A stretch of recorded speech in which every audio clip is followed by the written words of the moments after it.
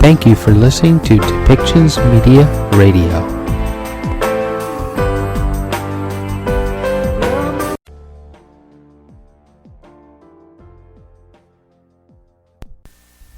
Welcome to Policy and Rights, the show about government policy and human rights.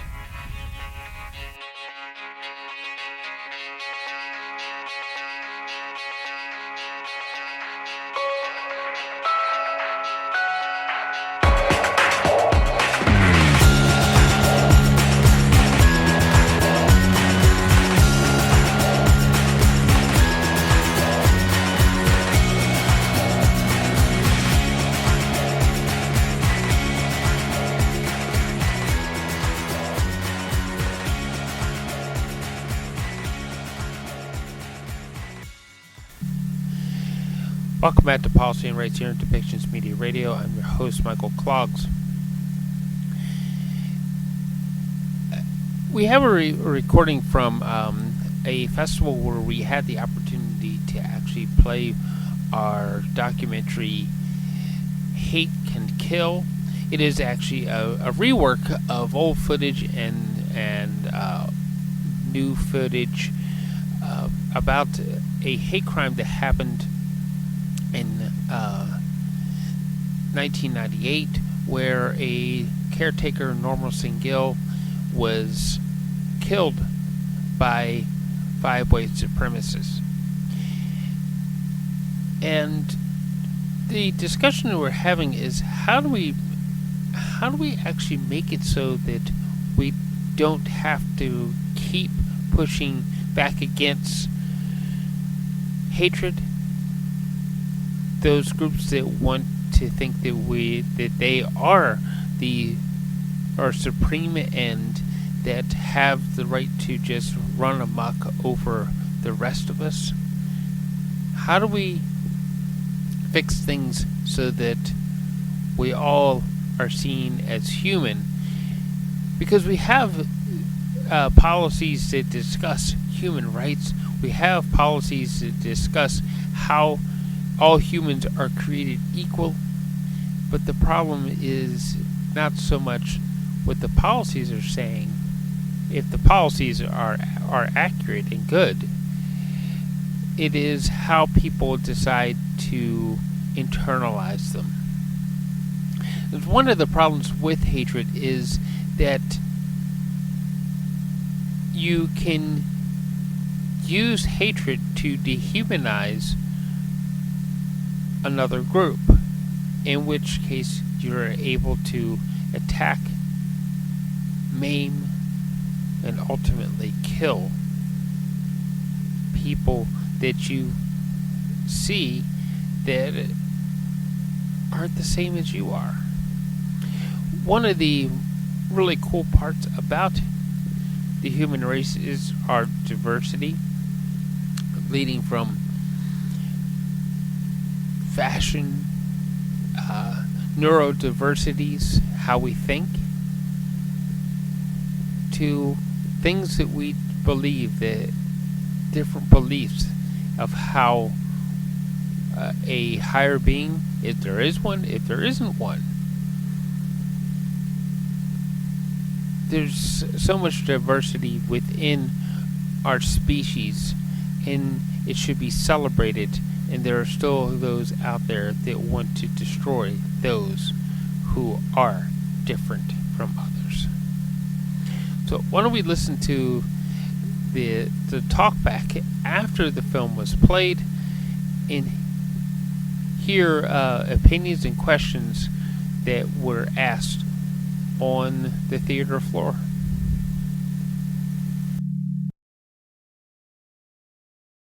Organizing events to keep memory of Shaikh Nirmal Singh alive, and organizing the unveiling, which gave me the opportunity to remake this film and finish this film, to keep this alive and say it's really so important.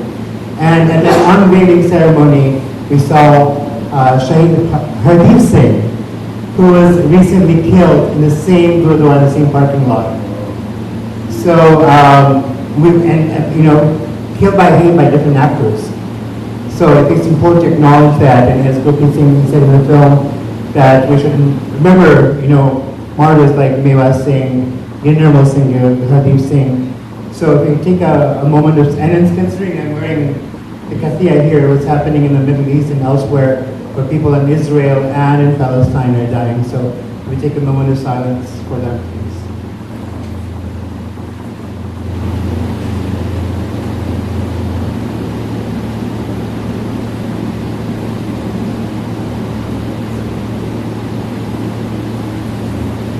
And also I want to thank the festival for organizing the screening, because they also acknowledge that originally the Indian community lived here in this hood, in these streets. This used to be the city hall. The first Nagar Kirtan, the Vaisakhi festival parade was held here on Main Street. This is where the Indian community, Chinese community, Japanese community, black community, indigenous community all lived in this ghetto because they didn't want this elsewhere. So it's appropriate that we're talking about white supremacy in this neighborhood where the anti-Asian riots took place.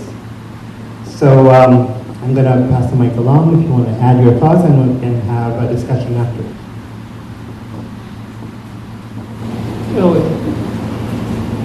I had to say this, the hatred, I've been pushing back against this since I was able to hold my mother's hand and walk down the street. That she got me started on this path of fighting for human rights. And sometimes it comes down to a question of not so much that we have a lot of human rights policies written, it's a matter of how different groups see who is human, because they're more than willing to, as was said in the film, that they're more than willing to dehumanize those who they don't believe are human. And that's part of the thing, is we have to keep speaking out that we're all human, no matter beliefs, sexuality, or color. We're all human, and we all need to be treated as human. So, first of all, I would like to acknowledge that we are all at the incident, post-Surrey territories, and also thanks to the organizers for having us here. Couple of things. I'm really upset about the killing of Hardeep Singh Nijjar on 18th of June. You saw him in the video. He was the one who was installing the portrait of Nirmal Singh Gill at the senior center. And in Imtiaz, as you mentioned, we were all there. So this year marks the 25th anniversary of the murder of Nirmal Singh Gill by the white supremacists. And this year, on his 25th death anniversary, the city of Surrey made a proclamation proclaiming Nirmal Singh Gill Day. And on 18th of June, the same temple saw its current president being killed by unidentified attackers. The Prime Minister of Canada believes that this could be the handiwork of the Indian intelligence. I want to put things in perspective. We often talk about white supremacy here in Canada. We talk about Hitler. We talk about Nazis. But we must keep in mind the people in power in Delhi right now, they follow the same ideology. Narendra Modi belongs to RSS, a Hindutva group that once glorified Hitler and justified Jewish Holocaust. People like Hardeep Singh Nijjar has been pointing fingers at Modi and those in power in New Delhi. That's the reason he got killed.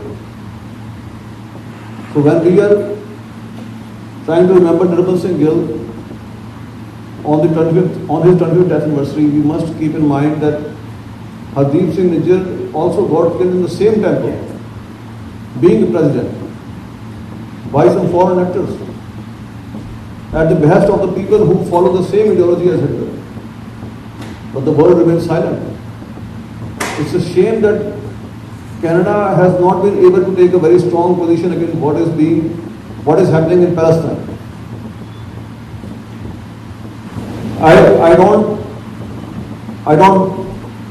I can't stop myself from criticizing even the BC and DP government. Although many of you probably know that my wife is part of the same government. She is the MLA in this government. She is the Minister of Education. This government has let us down. You see, when Russia invaded Ukraine,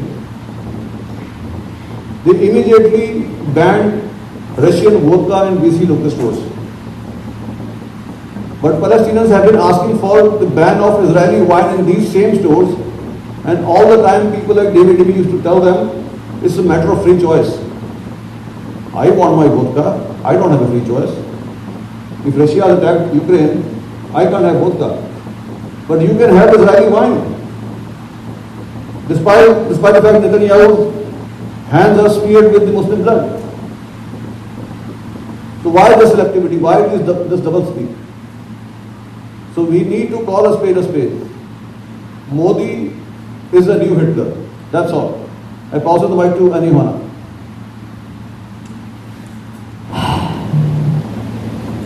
Let me start with the wine. I was in Palestine in February, and we met with some civil society folks in the West Bank who spoke about the fact that some of that wine that says Israel on it or whatever, that it actually is stolen grapes from Palestinian fields. So they will give, a moment to go pick the grapes, and then, go back, and then they'll say, well, we'll buy it from you. And, because of the reality of the apartheid and the system as it is, they will sell it because they need the money. And then they will change the label and claim it, the settlers will claim it as their own. So I have to say that because I don't want to forget that. I had Tony in my class. It was one of the first speakers I ever had in my class, gosh, like 10 years ago now. And I really appreciate what he said about that dehumanization that he was doing, but that he was dehumanized himself. Because we can talk about Modi and Putin and Netanyahu, and the list goes on and on, right? Hamas, whatever. Like throw whatever name you think is in that group, please do so. Those who killed Nirmal, those who killed Hardeep. But I really not struggle. The reality is I am a Sephardic Jew. I am seeing people who are Jewish supporting colonization, supporting hatred, supporting death. I see people, other religions, whatever, right? Other faiths. I see violence in the anti-Soji community where there is so much hatred. And forget the topic of Soji itself. I mean, there is hatred, there is violence, there is anti-Semitism, Islamophobia, all of it. And I wonder what is happening that we are so dehumanized that we do not see the other. Most of us are just trying to say, don't kill the children, right? We're just saying we need a ceasefire. Let's calm the temperature. Let's figure things out. There's a solution here. We don't even have to get into the politics of it all right now. And still, people come at you. There is censorship, that there's fear. A lot of people are living in fear right now that they might be attacked for wearing whatever, a hijab, a kafiyeh, a Star of David, whatever. So that really bothers me because I wish it was as simple as, we'll just vote them out. Right? Vote them out. Fight back. Right? Go in the streets. Your vote counts, and one day the leaders will be gone and everybody will rejoice. And yet I'm perhaps a little bit cynical because I don't see enough people. There are some, but I don't see enough people doing that work right now. I don't see enough people saying enough of the dehumanization. We seem to get power from it. We seem to get money from it. And as an educator, high school educator, I fear that our kids are learning that message. That dehumanization is the only way, because you know what, Miss Ohana, you can teach that all you want, but look what's happening. So you're not having an impact, they're not having an impact, so what's the point? Let me get my money, let me make mine, right? I literally had a refugee student kind of say that about, there are people out there that are saying, we'll pay you to change your opinion, right, on influencers, on social media. And he actually said, I would take the money. And I had to think to myself, wait a minute. You've been through hell. You know what war is. You are a young man, and you've survived so much. And still, your brain... So that cycle that Tony talks about is very real. You introduced me to Hardeep in a real way with the Kamloops 215, and speaking at the Gurudwara with Jennifer, a sheriff, an indigenous woman, and the power that was. So we see people being killed, like innocent people that are doing good work, people that are using their voice and their platform, and yet they are still cut down. It needs to end, but I think that journey really does start with us. It starts with being mindful that the people that we elect or the leaders that claim to be leaders, they're not the root of the problem. The root of the problem is much deeper. So this is a talkback. So I want to hear your thoughts. What do you think of the film? And generally what your thoughts are on bigotry and white supremacy and other thoughts that you feel. So please, if you want to say something, please come up and let's hear what you have to say. Don't be shy. Anybody? Somebody with their hand raised back. Yeah, please come. Come front, please.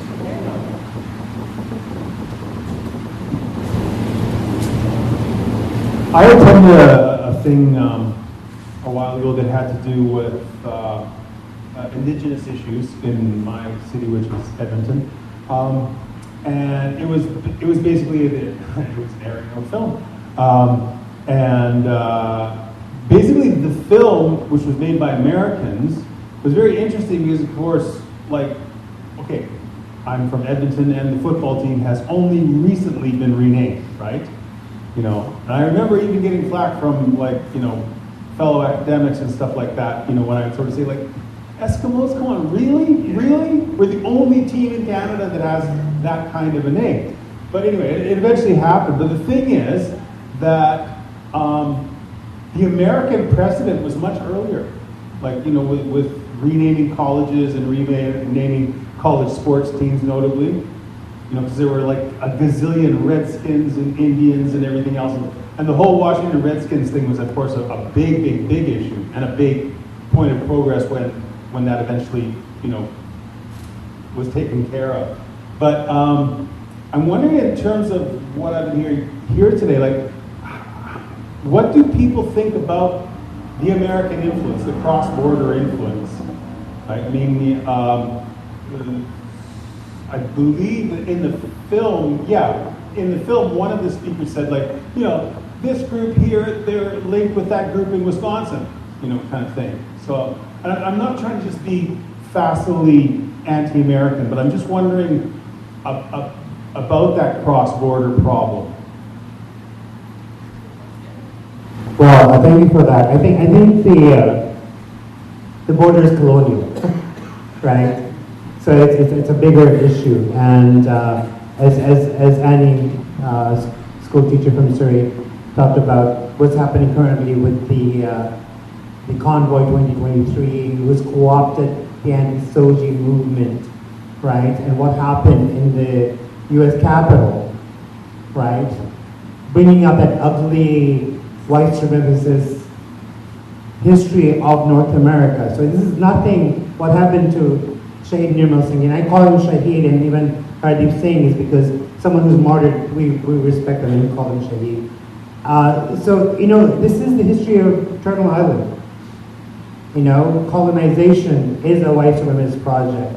And that these people who are organizing, who organized, you know, the Capitol or the convoy on Ottawa, and now they're co-opting the anti-SOGI movement, are part of the whole white supremacist project, right? And because of this resentment towards immigrants and things like that, they're organizing and then they're co-opting Muslim communities and Sikh communities, you know, against their propaganda about, you know, against people who are queer and trans. So yeah, thank you for that thought. I'm allowed to carry 2 passports. And I grew up in the United States. I grew up in the city that actually, where the Declaration of Independence was written, where the U.S. Constitution was written. And one of the big problems with the United States and Canada, leading back to that same humanity thing, it starts off, we the people, but it doesn't define who the people are in the document. It allows another set of laws to determine what that means. And the U.S. and Canada hold the same thing, that to be human or to be a citizen, you have to be a white male. So if you're not a white male, you're not human. You're not a citizen. You don't count.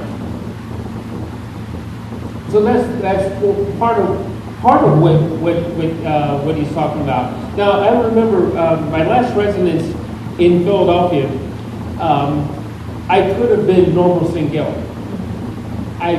God shined on me that day, and He allowed me to be on the side that I had power over them. They were painting a swastika on the door, and as I walked up to my home, I'm seeing these 5 people painting the swastika on my door and die Jew, because I have a very Jewish name. And my ancestry leads back to North Africa, similar to Annie's, that is Jewish. And I said, yeah, do you have this Jew trapped? You have him trapped? He's like, oh yeah, he's inside there. He's afraid. He's afraid. Yeah, we got him. And at that point, I just took one of their heads and smashed it into the door, and the other 4 ran. So I got lucky. Nirmal Singh Gill did not get that lucky. Because 5-on-1, what's his name? The character that First Blood was played by, those super soldiers, they don't exist. Yeah. Those movie things. But anyway, I can't think of it right now. Rambo. Yeah, Rambo does not exist. Yeah, First Blood, yeah. Yeah, Rambo doesn't exist. No one there. I don't care how powerful you think you are. If 5 people come at you at the same exact time, you will fall, and you will wind up as Nirmal Singh Gill did. He was a brave man. You know, he protected the temple in the Gurudwara. Yeah. But we need to come behind him, and we need to stand together and say, we're not going to take the money to change our opinion. That we're going to say that colonialism is wrong, and that we need to end the hatred that comes with colonialism. Because it's written behind the laws that are attached to these documents of human rights. These documents that actually describe all of us as equal, these laws that are written behind it are written for people that are being oppressed. So I went to high school in South Florida, so I have a little bit of that American background too. And I'll say this on the cross-border influence. Like, things weren't great 20 years ago. However, compared to now, when I hear from friends who still live there, from family, from teachers that are quitting their job, queer teachers that cannot teach, people like myself would be in jail. I'm sorry, like, just come to my classroom and I wouldn't be allowed. So when I've been asked in the last little bit, like, well, this won't happen in Canada, I go, it's happening in my lifetime. You know, like, I never thought I'd be the person to go, well, you know, when I was in high school, right? Like, it's sad. I shouldn't be laughing, but we can regress. And I don't want to say we are regressing, but in some areas we are. And when you see the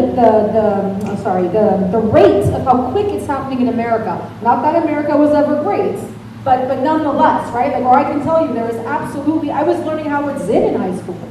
I mean, yes, it was a special teacher, but he was still allowed to use that book. Today, that book is most likely banned. I haven't looked it up, but I think it is, right? Or whatever, any other book that would have had a different opinion is banned.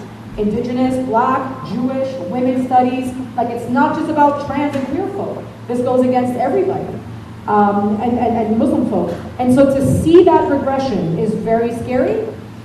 And then literally in the last couple months, to feel the heat, to see the pressure, to see the attacks that I face, other teachers are facing, and other professions too, I don't think many of us thought we'd come to this.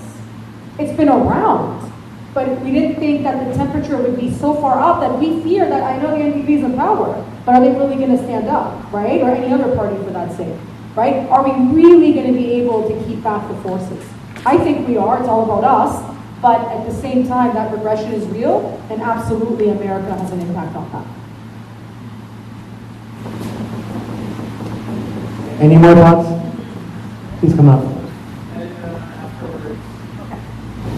Hello, my name is Justine. Thank you so much for the presentation. I think it feels weird because 92, I was 2 years old, and but it feels like it's still something that's going on today and how relevant everything was. Particularly also from the side of solidarity. It was really great for me to see even the Filipino Youth Alliance be there, to be around, and I think it's very encouraging. With that said, so I just want to, I guess, acknowledge that part of it.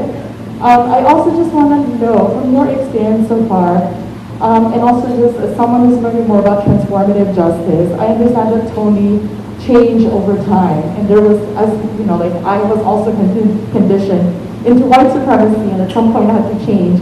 But from your experience, what do you think has kind of flipped the switch, and what else should we do to kind of encourage more people to transform into anti-racist and anti-Zionist and all that? Because we're truly in a, historical moment right now. The 2020 so far has been really, we still have a few more years in this decade. I want to look ahead, and I want to see more of us come together to finally, say the words, name the names, and actually change it. So what do you think has changed that? Thank you.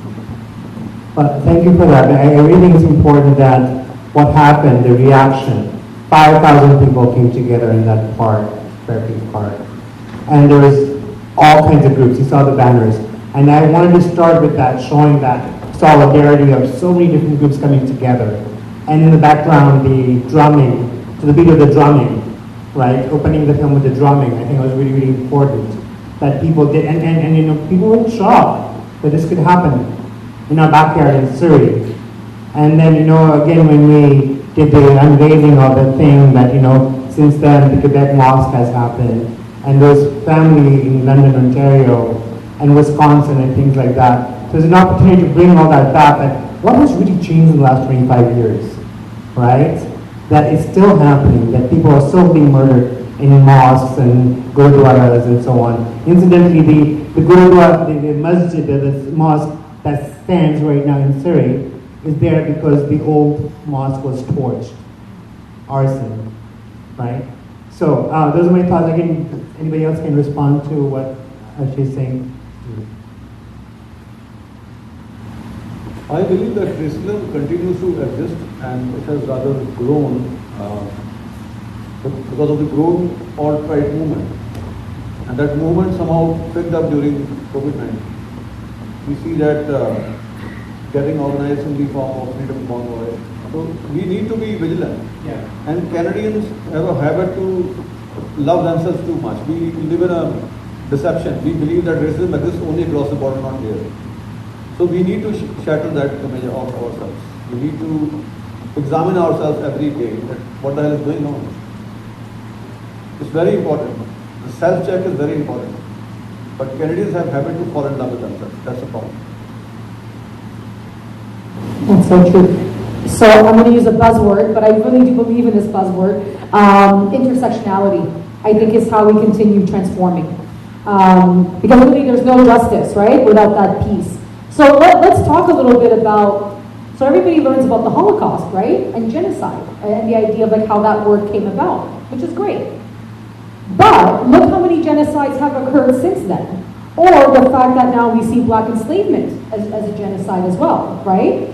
We've only come to that understanding because of these other stories, because of these other experiences, because of these other realities. Like, oh, wait a minute, it looks a little bit different here with the Uyghur Muslims, or Rohingya, whatever, right? Rwanda, the list goes on and on. It's sad to say that. So I don't think we're going to go anywhere without that intersectional piece. Because what happens is we tend to essentialize a story. We tend to focus on one group only, right? Whoever is deemed appropriate, right? Certainly, like I'm a white passing North African descendant person, I get more privilege than my brown family, right? Or folks that, live across from my family in Morocco, right? Absolutely this exists. So the closer you are to whiteness, right, the more your story is accepted, right? So we have to start breaking that down and go, well, wait a minute, what about this group? What about that? What about this? And it doesn't mean that we don't elevate the first story or the second story or whatever. Like, all these things can be true at once, right? That genocide has occurred in all these different areas or whatever, racism, discrimination, whatever we're talking about. The more, and again, as an educator, I have to teach that way. I can't just say this is, in Surrey, right? So I could say, oh, Hardeep Singh in our school, absolutely. Hardeep Singh nature, like all these things, they would play well. But I want to make sure they also hear the Muslim stories, the Christian stories, the atheist stories, whatever. I'm just thinking faith right now, but whatever it might be. We have to push ourselves. So we have to reflect on ourselves. We have to take ourselves off the pedestal. That doesn't mean that we don't stand up for our own rights or that we don't let our stories be minimized, but they actually get amplified. And that's when we know, oh, the system was not built for us. The system is not good enough. The system needs to be transformed, not just reformed. Right? Even like with policing, the abolition movement. Like, it's one thing for one group to tell that story. It's one thing once everybody starts telling their story, and then you realize, well, wait a minute, this entire system cannot be reformed. We need to go beyond that, right? So I think that's how we continue that process. Will the media pay attention? That's a whole other question. Will the government allow the resources? Will teachers be given the time and space to actually speak those things? All of those are questions to answer and then to act on. July? Go ahead. Oh, okay. You want to yeah, okay. So actually, I was just going to connect to the question that I guess was raised with regards to the United States, because I think increasingly the borders are irrelevant. And the reason why I say that is because a lot of the times, what I see, especially with the advancement of technology, that I think social media is used to amplify a lot of that hate. And to be honest, we're talking about racism and in all its forms right now. There could be instant violence against women. It could be targeting persons with different abilities, physically, mental. It could be, certainly against indigenous communities. It could be caste-based violence if you're looking at a certain part of the world. But I'm just wondering what your thoughts are. Because I think increasingly when I thought social media could be a force of good, when you hear the opinions you share, I feel like everybody's going into silos, they're pigeonholing themselves, when on a particular social media platform you sort of have a certain worldview, and especially if it's hate-filled, I guess the algorithms work such that you are flooded with more of that, whether it's Instagram or TikTok or Twitter or whatever. So as an educator, especially for you, with filmmakers, as a journalist, how do you sort of get that message out where borders are irrelevant, where a lot, especially the youth and other people, are looking at these platforms rather than brick and mortar discussions, schools to talk about maybe their differences and kind of learn from each other? I can give a short answer, and then I'll pass it on. Critical thinking. Right? That's huge, because absolutely these things dominate, right? And you see kids, and adults for that matter, coming to the table with certain views. And yes, compared to maybe when we were young, when kind of the internet was a bit more of perhaps a wild place, but nonetheless now it's really targeted, right? Like legitimately like to your interest. So I think what we have to do, we have to provide those other resources, which means more work, but also get them to think critically, get them to analyze. How do you manufacture consent? What does that look like, right, through a social media platform? So I think it's skill sets. It's building skill sets, reading skills, all kinds of things that, again, bring forward more of those stories without them just believing what they see. If you fall for the propaganda, right, you're done for. So how do we make sure that we teach those things every day? And then the content can be whatever it is, right? But the skill sets are very key. Well, the border and boundary both are a construct which create a borderline, especially for real social justice activists anywhere in the world. Correct me if I'm wrong. I think Martin Luther King Jr. said that injustice anywhere is injustice everywhere. So he had a point. I mean, that's relevant even today. So for us, the border and the boundary, these binaries shouldn't even exist. When we are actually trying to make the big powers accountable for whatever they are doing. Today, very easily, politicians can take this cover of, say, it's a federal issue, we cannot intervene because it's a federal issue, it's happening elsewhere in the world. We can only talk about what is happening in our backyard, but it's not true. You have picked a side. You sided with Russia, I mean Ukraine, when Russia invaded Ukraine. But you choose to stand up for Israel instead of the people of Palestine. So you have made a choice. And you cannot take this plea all the time, it's a federal issue. So for people like us, I would say these boundaries of border and boundaries are very problematic. There is something that many of us forget with social media. You can turn that off. Really? You have an off switch, right? Or you have the choice of what it is that you want to follow. Okay? So, in a lot of respects, the corporate propaganda wants to take that choice away from you. They want you to take the money. They want you, with things like Bill C-19, they want you to only follow the mass media message. They want to eliminate the independent media. And I'm not just saying that just because I'm an independent media person, and I got to toot my own horn on that one. But you have the ability to turn it off. You have the ability to follow the hashtags, the people that you know are spreading love. You want to stop the spread of hate, start the spread of love. There was a young lady in the film that said that. Go to the same places that they are and propagate love. She said that, and it holds true 25 years ago as it does today. You have to go to the same exact places and deliver those messages of love. And you want to find out what turned Tony's life around? It was it. He discovered love with his little girl in his arms. He discovered love, and that's what we have to do. We have to propagate the love around, and we have to listen to those who want to spread that message around. Yeah, somebody was saying that I should get this. Yeah, I know Savannah's got her hand. Will be the last. But yeah, that I should get this on CBC, but I don't think CBC will show this documentary. Mine is a bit dated, or others. But I agree with you, Michael. I think that, with this whole major media complaining about not being able to use Facebook to get their message out, there's all kinds of alternative media out there.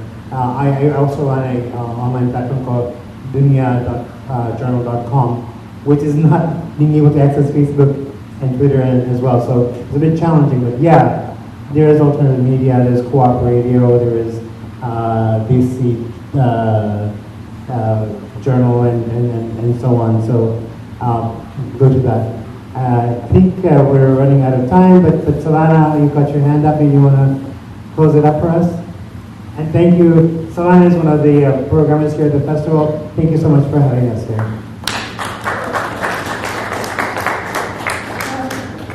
Thank you so very much.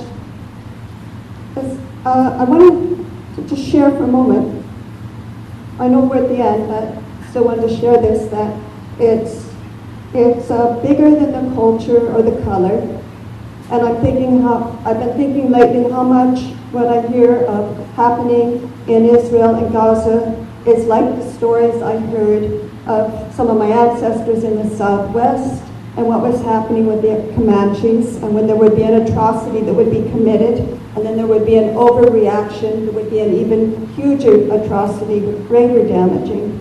And I'm thinking of the story, another of my ancestors who was part of a wagon train, I'm told, that was going through Utah and was attacked by a group of Mormons who had united with Paiutes because they were afraid of the United States Army, and they massacred the wagon train and everybody over the age of 5. So I've been thinking about these things, and thinking about when I was in university and a roommate who was of Chinese ancestry, and her parents were very upset with her because she wanted to go out with a Japanese man, that kind of bitterness. And when we were touring to Korea, hearing the stories of the Koreans about when the Japanese invaders came and they were deprived of their language, their culture, etc. So I guess it's the question of how we can survive as humans. And yes, how we can survive as humans, and what Tony was talking about, how when people lose their humanity in the face of other dehumanizing things. And so, yes, how to be able to spread love in places when we see some things going backwards around us.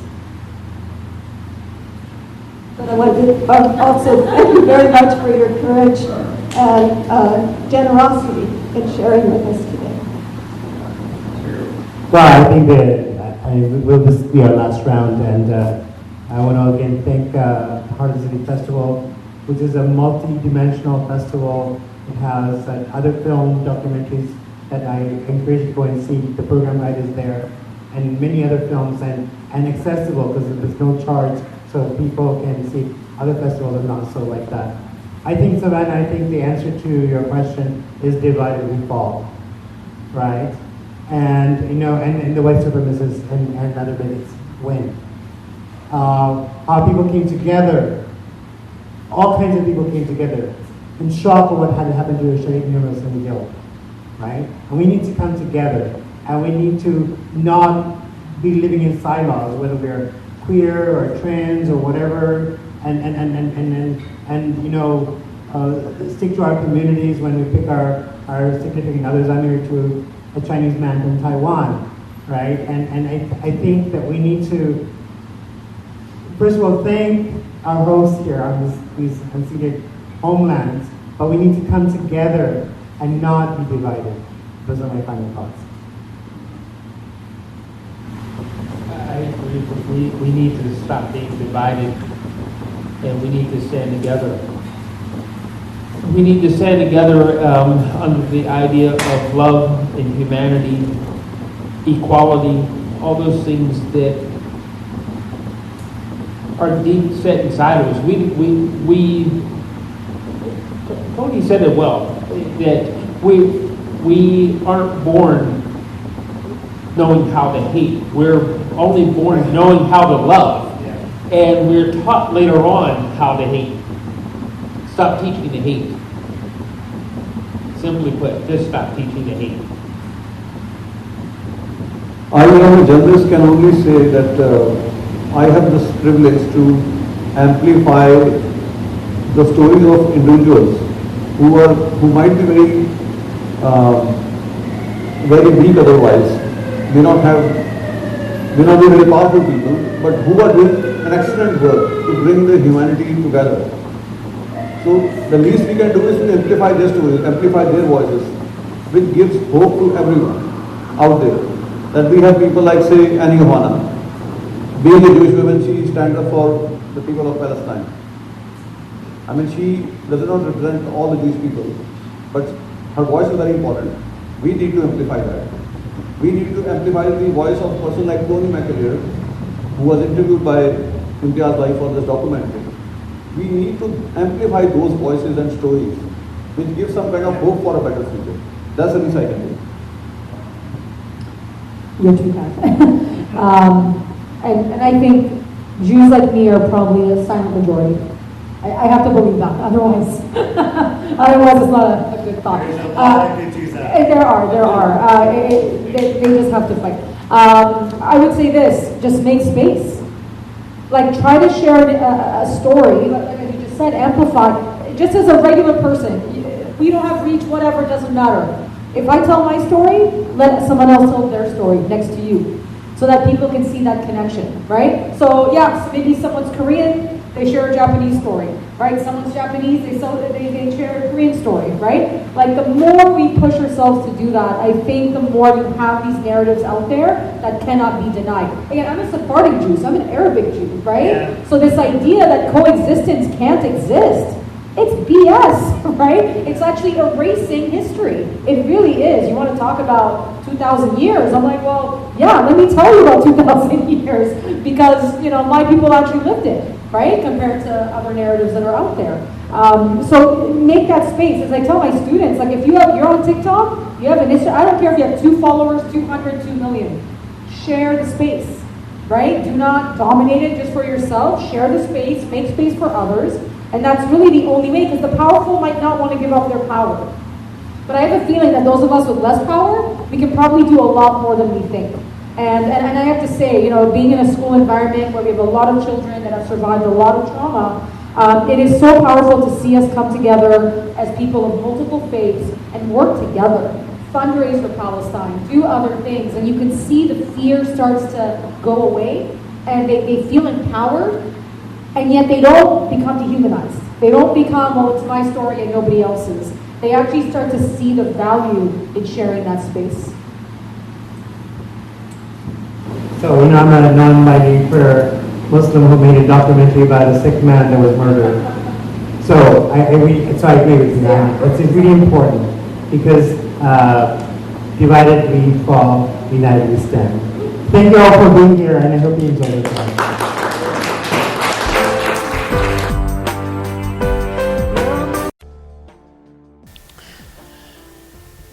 I just say this, that as a final thought, that one of our goals as a media company, as a podcast company, and as film makers is to spread love around our planet, to help all human beings learn to love each other. Please find that subscribe button wherever you may see it, and keep listening to us as we try to spread that message of let's love each other.